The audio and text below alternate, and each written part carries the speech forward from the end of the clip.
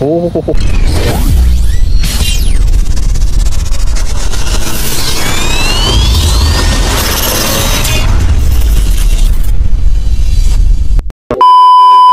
So ayan, ohayo gozaimasu mga minasang, at ngayong araw nga na ito, kailangan na natin i-transplant tong negi natin. At kung mapapansin nyo, nandito nga ako ngayon sa likod mga kasaka, di ba? Kung makikita nyo, para tayong baboy dyan na nakakulong. Ayan, si Kupal, kung makikita nyo, nakakumot pa si Kupal dyan. At tuwang-tuwa pa nga si Kupal dito. Ayan, kailangan nga natin magkumot para hindi daw tayo makita ng pulis. So makikita nyo, nakadala na rin kami ng negi dyan. So kailangan na natin ilipat to or i-transplant sa atake dahil medyo malalaki na nga. So ayan mga kasaka, kung mapapansin dyan, ganito lang yung buhay natin dito bilang isang farmer dito sa Japan. So ayan, magtatanim tayo ulit ng negi. Ngayon lang ulit nakapag-video. Ayan, nagtatanim namin, no? Yung negi sa likod. Ayan. Ima na niya rin, no? Negi T-shopu. T-shopu. Ayan. Negi no T-shopu shimasu. At ito nga, napansin ko nga ito mga kasaka, mga puno, grabe naman saka, wala na mga kadahon-dahon dahil sa sobrang lamig. Ayan, namatay na yung mga dahon mga kasaka, nagsilagasan na lahat. Sana naman yung palitan, wag maglagas. Charot lang. Ayan mga kasaka, nandito na nga tayo, malapit-lapit na nga tayo dito mga kasaka, para magtanim na tayo maya-maya para matapos na itong negi na to. Para sa susunod, doon naman tayo sa lettuce mga kasaka. So ganito lang buhay natin dito mga kasaka, no? Natin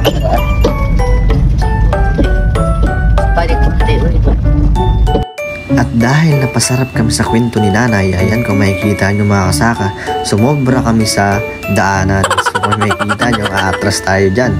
At dahil sumobra nga tayo, at syempre kailangan natin umatras dito mga kasaka. Pero sabi ko kay nanay, nadahan-dahanin niya lang, baka mabangga na kako yung kabilang farm. Charit lang. So ayan, chillax naman talaga si nanay sa pagdadrive.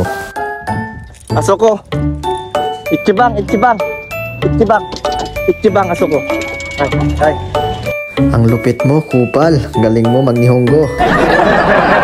At yun na nga mga kasaka. So nakapasok na si nanay. Doon natin ilalagay yung K-truck para mabilis yung pagtatanim natin ng negi. Dahil sa labas nga talagang medyo malayo-layo mga kasaka. Mahirapan tayo dyan. Kaya doon na lang kako sa kanya para dire-diretso yung pagtatanim natin or pagtatransplant natin ng negi. So ayan mga kasaka, dito yung farm na to. Dito natin itatanim yung mga negi na yan.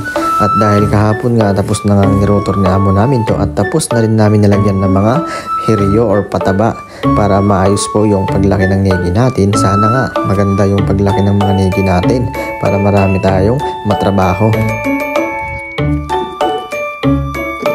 Ano? Kuro-kuro. Kuro-kuro ganay. Allah. A few moments later. Alright, eto na nga, bago natin itatanim yung negi, kailangan muna natin mag-onitate para ito yung magsisilbing palatandaan natin bago natin araruhin ito. Dahil pagkatapos ng pag-aararo, dito na natin itatanim yung negi natin. At yun nga, meron tayong gagamitin dito na pagtatanim at ipapakita ko mamaya mga kasaka sa inyo kung paano yung pagtatanim dito. At yun, kung makikita nyo mga kasaka, ayan nga yung onitate na ginagamit natin. At yun naman yung hawak ni nanay na yan, dyan yung gagamitin natin pagtatanim ng negi. So ganun lang mga kasaka, no? Grabe naman talaga yung buhay natin dito. Talagang kayod kalabaw tayo dito mga kasaka. Talagang farmer ka talaga dito sa Japan. Talagang gamit na gamit din yung oras natin dito mga kasaka. Talagang sulit na sulit din yung bayad nila sa atin. Kaya kung ako sa inyo mga kasaka, yung mga nagbabalak dyan, mag-apply, tuloy nyo lang yan dahil talagang sulit na sulit naman talaga yung mga sakripisyo, pagod na ginagawa natin dito.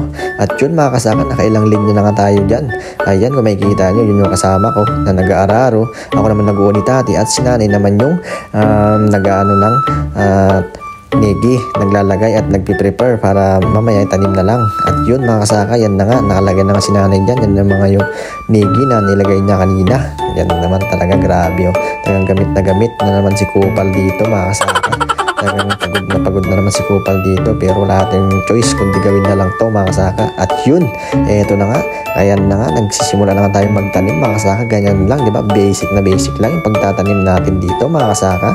Lagay, hila, tapos yun na, tanim na. automatic nang talagang natatabunan yan mga kasaka. So yung ginagawa ni nanay, tinicheck na lang niya yung hindi masyadong naibaon sa lupa. Ayan, di ba? Napaka-basic lang.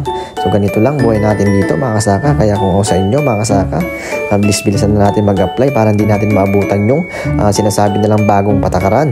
Ayan mga kasaka, di ba? Napakadali lang ang ginagawa natin. Ibang-iba talaga yung unang tinanim natin, yung ginamit nating pagtatanim ng negi.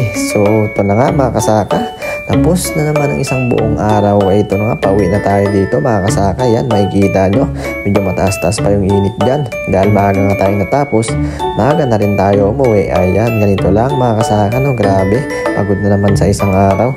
Ito talaga, kailangan natin mag-sacrifice mga kasaka. So yun lang, follow for more.